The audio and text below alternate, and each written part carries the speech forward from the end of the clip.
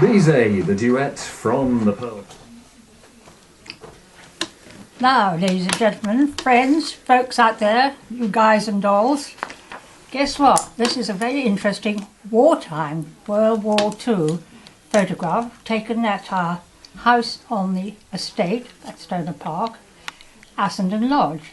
And it's remarkable because, though I'm still blind in my right eye, please forgive me, it is May of 1943.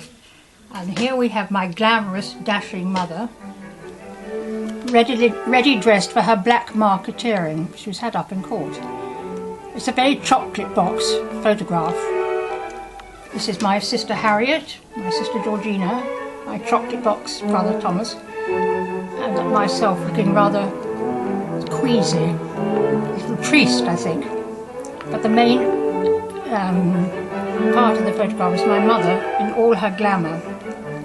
My father was still away in the army at this time. So we'll progress from there. Let's see, here indeed. This would have been a couple of years, this would have been 1942, I think. This is the chocolate box brother. I had two, the chocolate box brother, and the younger one, poor hapless Bobby, who got murdered. He was not exactly chocolate box. Then we have Mama, Jeanne, back at Stonor, so this must have been end of 45, with, yes, the youngest brother, I think his youngest brother, Bobby, Georgina, Julia, Harriet, Jeanne. Just re-requisitioned Stonor Park for the National Benzoyl Petroleum Company, who requisitioned it during the war. Part of British Petroleum, I think. Then another society photograph. One moment whilst I try to read the captions. And the captions read,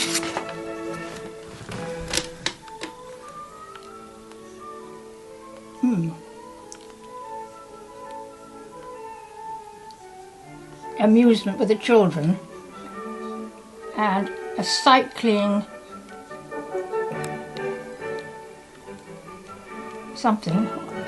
meet, like the stag hounds, a cycling meet of the Stonor family. Here's Jeanne, here's Thomas, Harriet, no, Thomas, Georgina, Harriet, and Julia bringing up the rear on her tricycle. That, I think, would have been at Stonor Park.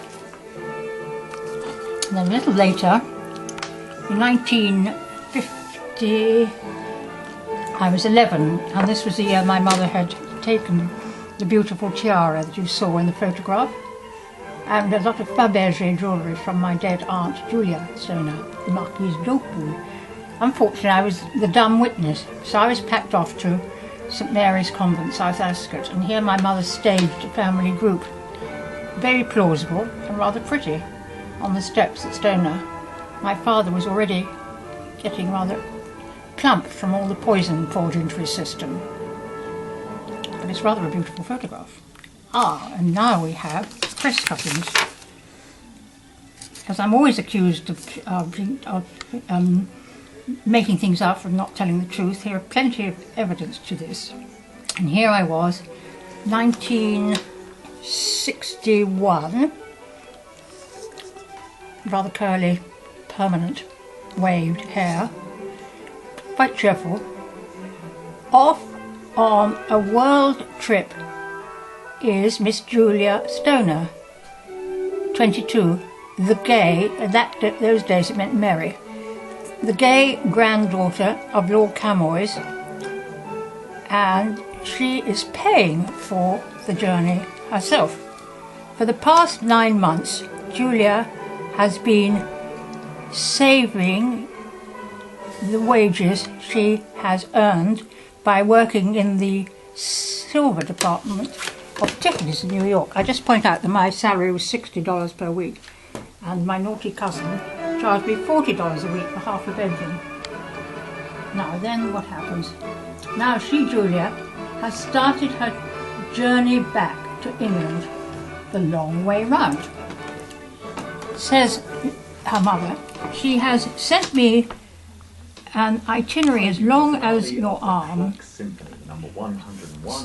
Her mother, Mrs. Stonor, says she sailed from San Francisco on January the 23rd, and she will be visiting Honolulu, Auckland, Sydney, Manila, Hong Kong, Singapore and Colombo.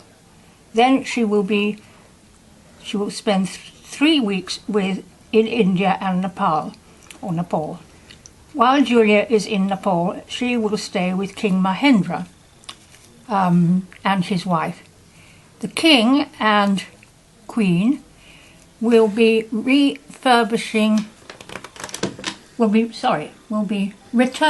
the kindness the Stonors have shown by their sorry about this eye,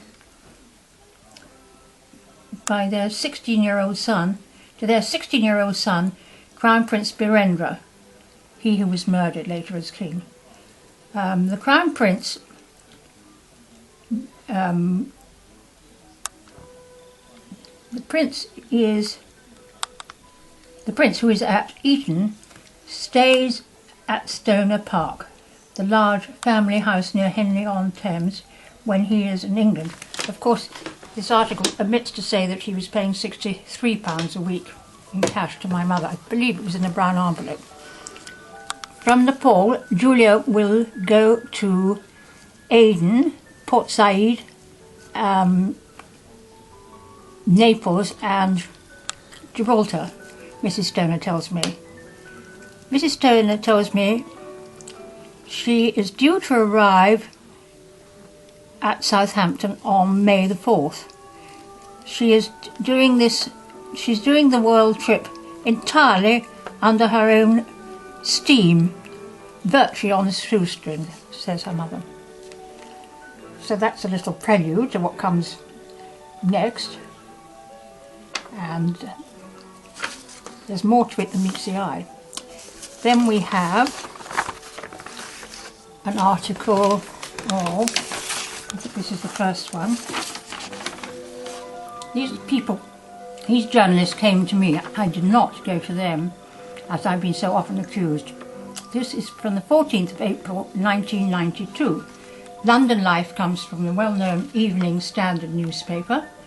There's a photograph of my parents on their honeymoon, just after they'd been to Ribbentrop's castle and my father had run away. There my rather exhausted-looking landlady.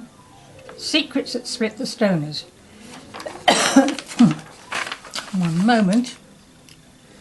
And it says, once she was a member of the privileged aristocracy. Now she is a social outcast living on £600 a month, ignored by her brothers and sisters.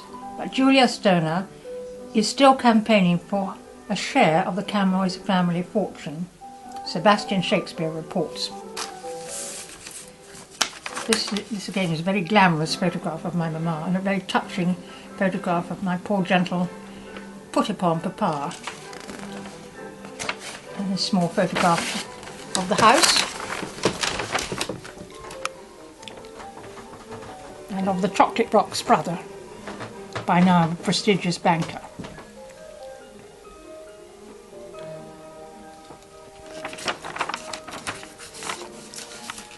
Then, to end this little session, we go back to 1939. I must have been about 6 months old.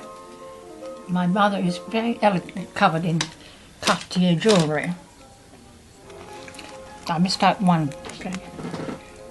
And it reads, as the daughter of a baron, she was born with every privilege, yet at the age of 18 she was disowned by her mother. Today, penniless and living in a dingy bed sit, because I used to live on that corner sofa. We flash back to the sofa. She talks frankly about the dark family secret which lies at the heart of this bitter feud. Over the page.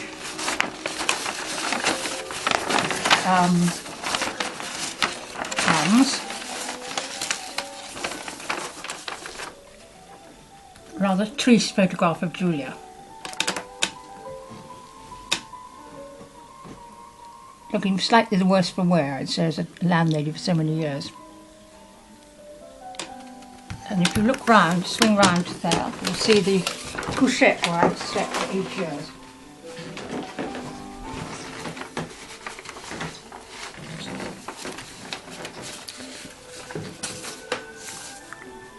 Now, I'm going to conclude this episode merely by showing you the box of beads from my American grandmother and my American great-grandmother, which will be for the next episode.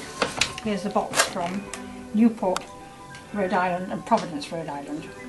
And this is the settlement to which I have legal, legitimate right, which my poor Aunt Nadine, to whom I shall dedicate much of my film. She was blackmailed, bullied, intimidated and terrified. But there's always a chance, there's always a possibility of truce, as yet denied to me, because I've been ordered out of the house as of yesterday, which is the 11th of August 2011.